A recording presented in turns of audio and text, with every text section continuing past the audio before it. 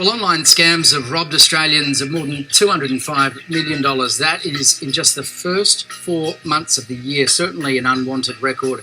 According to ScamWatch, that amount, reported to authorities from January 1st to May 1st, saw a 166% rise compared to the same time last year. Tonight on 7 News Spotlight, our reporters go inside the international syndicate that's ripping off unsuspecting Australians. How much have your family lost? 800,000. Their whole operation will be exposed. Messages, phone calls, they come from here. Law enforcement is involved. Politicians are involved. It's time we get a little of our own back. 7 News Spotlight, tonight at 7 on 7. And 7 Spotlight journalists Denham Hitchcock and Ross Coulthart join us now. Denham, this promo looks quite incredible. The investigation spans 4 continents, we understand, and if there's one reporter a scammer doesn't want to be intercepted by, he goes by the name of Denham Hitchcock. He's terrifyingly built. Talk to us about your experience in Ireland and even India. This is incredible. Ireland was quite amazing because we were with a hacker who was hacking into the systems of the scammers. So we were able to watch them in real time, carry out their scams, and we were able to intercept them as well and stop some Australians being ripped off. But it was India that was really the most eye-opening for me, because this one place in India, in Calcutta, Sector 5, we're talking building after building, hundreds and hundreds of these scam call centres.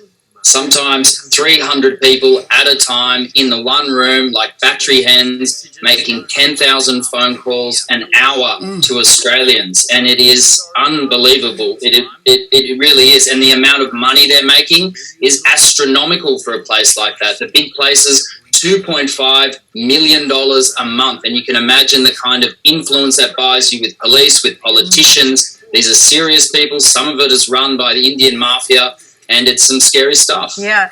Ross, at the other end of this, of course, is the victims. It can affect every area, not just their hip pocket, but just their trust in people. You spoke to a lot of the victims of these scams. What did you find?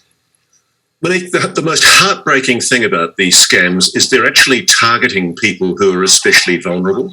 So in one case, there was a family that's lost $800,000, pretty much their entire life savings.